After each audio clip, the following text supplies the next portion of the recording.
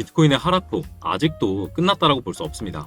자, 어제 나온 이 급락세를 지금 어떻게 해석하느냐에 따라서 단기 매매의 승패가 갈리는 시점이 지금인데, 우선 이 급락세에 대해서 해석을 해보자고요. 첫 번째는 이런 해석이 가능합니다. 자, 이 58K부터 발생한 요 지지선의 저항을 뚫지 못하고 단기로 가격을 들어 올리려던 고래들이 상단선을 못 들어주니까 그대로 던지고 나갔다라고 해석할 수 있고, 두 번째는요, 다시 하단으로 유동성을 본인들이 수입하고 나서 리테스트하러 갈 가능성이 있다라고 해석해 볼 수 있겠죠. 자, 이런 흐름은요, 사실 이때도 발생했던 움직임이긴 했습니다. 결국에 전 매물대 라인을 뚫어주지 못하니까 다시 하단으로 수입해서 올려냈던 패턴이 만들어졌었어요. 그래서 이 두 가지 중에 어느 가능성이 높냐라고 했을 때, 자, 고래들의 매집한 흔적 CVD 지표를 통해서 우리가 힌트를 얻어볼 수 있습니다. 자, 보라색 고래들, 그리고 코인베이스를 켜서 살펴보면 이 고래들은 오히려 상승이 나올 때는 물량을 던짐으로써 급락세를 유도하고 있고, 급락세가 나오면서 나온 물량만큼만 받아내고 있는 무빙이 체크된다는 거죠. 자, 이 구간만큼을 본인들이 들어 올리려는 움직임 자체가 체크가 안 된다는 거고, 이런 경우에는 수합하고 반등하는 형태라고 보기 어렵습니다.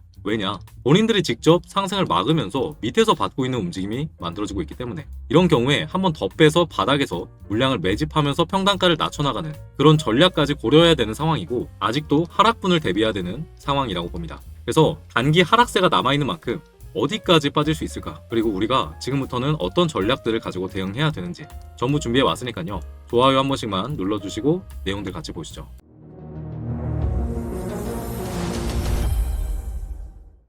안녕하십니까. 여러분들의 투자 멘토 정우진입니다. 현재 12시 45분 지나고 있고요. 자, 우선 전체 추세를 알아보기 위해서 파동 카운팅 먼저 해보도록 하겠습니다.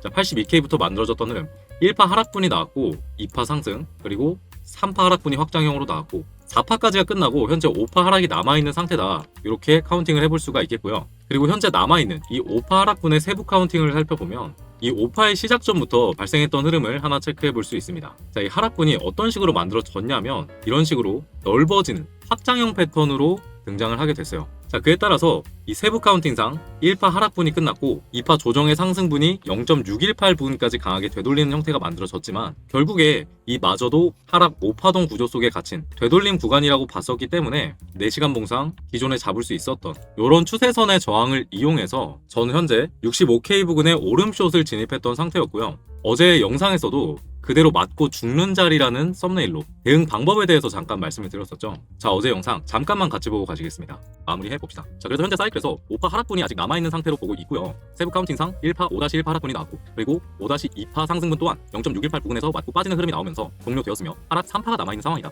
라고 보고 있습니다. 자, 이 구간을 그럼 카운팅을 해봤을 때 이번 5-2파 고점과 저점을 이어보면 어디까지 볼 수 있냐? 저는 1.618 구간 60K까지 빠지고 다시 상승 나오고 5-5파로 마무리 짓는 이런 전략을 그려보고 있습니다. 여기 가능성이 높다라고 보고 있고, 그 과정에서 다시 자, 그래서 제가 운영하고 있는 스터디룸에서도 그대로 타점들과 대응 방법들 업로드 해드렸었고, 자, 1차 반등이 나올 수 있는 이 구간 계속 밑꼬리로 맞고 반등이 나와주는 흐름들이 체크가 됐었기 때문에 이 62K 부근 1차 익절하고 나머지 물량은 아직도 그대로 보유 중에 있습니다. 영상에서 말씀드렸던 대로 60K까지 계속 홀딩해 볼 예정이고요. 특이사항 생기면 대응 방법 계속 올려드리고 있으니까 여기 방 알람 잘 켜두시고 매매하시면 좋을 것 같습니다. 자, 그런 상황에서 CVD 지표를 다시 보면요, 어찌됐든 현물로서 바닥에서 물량을 받아주고 있으니 좋은 신호로 볼 수 있는 거 아닌가요? 라고 하시는 분들 계실 수 있는데, 자, 얘네들의 매집 전략을 지금 볼게요. 우선 빠질 때마다 한 번씩 이 지표가 반등하면서 이 구간만큼을 지켜주는 무빙을 만들어냈고, 이때도 마찬가지였습니다. 그리고 이번 상승세는 오히려 본인들이 눌렀고 다시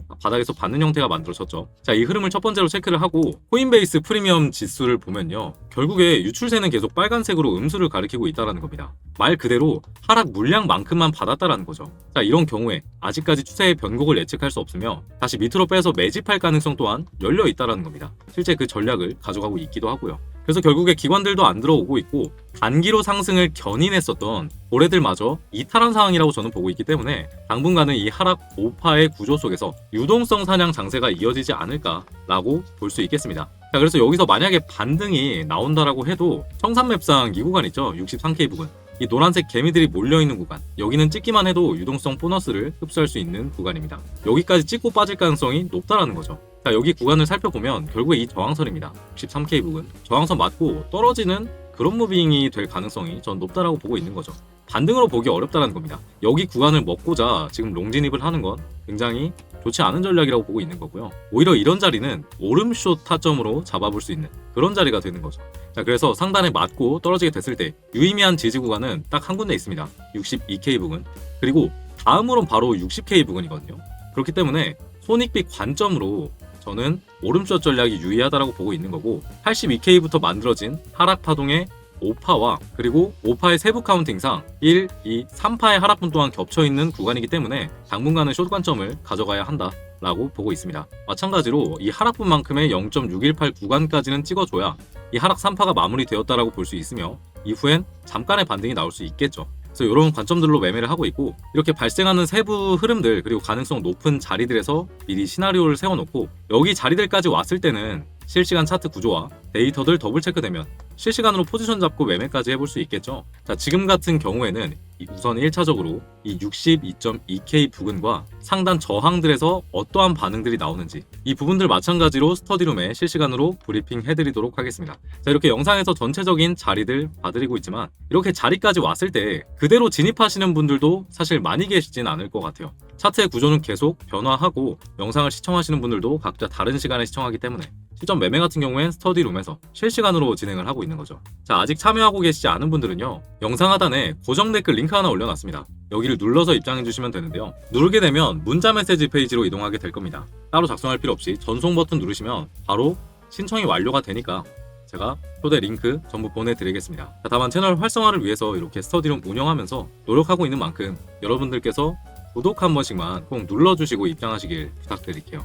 자, 그리고 이런 기술적인 지표들 말고요, 우리가 쉽게 볼 수 있는 정말 간단하게 힘의 차이를 확인해 봤을 때 지금 누가 봐도 정말 중요한 구간은 딱 두 군데입니다. 자, 하단 저점 62.2K를 이탈해 줄 것이냐, 아니면 이번에 뚫어주지 못했던 65K 부근을 뚫어줄 수 있을 것이냐를 체크해 본다면요, 자, 여기까지 도달하는 차트의 힘을 보자고요. 자, 65K에서 빠지기까지는 하루가 걸렸습니다. 반대로 자, 65K에서 62K까지 빠지기에는 6번 24시간이 걸렸습니다. 이번에 빠지기까지는 20시간이 걸렸고요. 근데 이 구간을 회복하는 속도를 보면 4일 가까이의 시간이 만들어졌다는 거죠. 힘의 차이가 이렇게 발생을 하고 있는 거고 유동성을 못 받고 있다는 겁니다. 그래서 이 정도의 반등세 5%라는 반등세의 수치만 보고 포모를 느낄 것도 전혀 아니고 추격 롱을 볼 시점은 더더욱 아니라는 거죠. 그렇기 때문에 올라갈 때마다 숏 관점을 유지하면서 이렇게 수익 구간을 받을 수 있는 거고요. 마지막으로 전체적으로 정리만 한번 해보겠습니다. 자, 58K 저점을 이었을 때 발생한 저항을 돌파를 실패한 이후에 두 가지 시나리오를 볼 수 있겠다 말씀드렸었죠. 유동성을 수입한 이후에 다시 리테스트하러 갈 거냐, 아니면 여기 구간을 들어 올렸던 세력들이 던지고 나갔다라고 봐야 되는 거냐를 봤을 때 던지고 나갔다라는 겁니다. 왜냐? 본인들이 받은 게 아니라 코인베이스 기관들이 받았기 때문에 얘네들이 안 받았으면 차트는 이렇게 밑으로 상향하게 됐을 거예요. 그래서 유동성 수입 후 올라가는 차트의 패턴이라고 보기는 어렵고 다시 밑으로 빼서 올릴 가능성까지 배제할 수 없는 상황이다. 자, 그에 따라서 단기 반등이 나오더라도 유동성 사냥 장세가 이어질 것으로 예측을 할 수 있으며 63.3K 부근 청산맵상 고배율 추격숏 청산 구간까지만 찍고 재하락할 가능성이 높다라고 보고 있습니다. 자, 그리고 현재 저항 구간은 65K 부근 그리고 67K 부근에도 굉장히 강하게 걸려있는 상태예요. 반대로 지지 구간은 기존에도 꼬리로서 훼손되는 형태가 만들어졌고 다음 구간은 60K에 다 있다는 겁니다. 손익비상 숏이 유리한 구간이라는 거고요. 현재 파동 구조상 봤을 때 82K부터 발생한 5파 하락에 대한 구조와 세부 3파동이 겹쳐있는 구간이기 때문에 하락 가능성이 크다라고 보고 있습니다. 자, 그래서 이 구간까지 보여드렸죠. 회복까지는 4일이 걸렸다. 근데 급락까지는 하루도 채 안 걸리는 시간이 만들어졌다라는 거죠. 그렇기 때문에 하단에 대한 압박이 아직도 강하다라는 거고, 결국에 얘네들이 들어올 때를 보자라는 겁니다. 아직도 계속 유출세가 이어지고 있는데 우리가 이런 구간에서 함부로 추세 변곡을 예측하면 큰일 날 수 있다라는 거죠. 그렇기 때문에 신규 타점들은 이런 구간들 저항을 활용해서 오름숏 전략을 펼쳐볼 생각이고요. 그 과정에서 신규 타점 등장하는 즉시 업로드 해드리고 있으니까요. 영상이랑 스터디룸 반드시 체크하시면서 리스크를 피할 땐 피하고 기회를 잡아야 할 땐 확실하게 잡아봅시다. 자, 오늘 분석이 여러분들의 계좌를 지키는데 도움이 되셨다면 댓글로 화이팅 한 글자씩만 남겨주시면 정말 감사드리겠습니다. 여러분들의 투자 멘토 정우진이었습니다.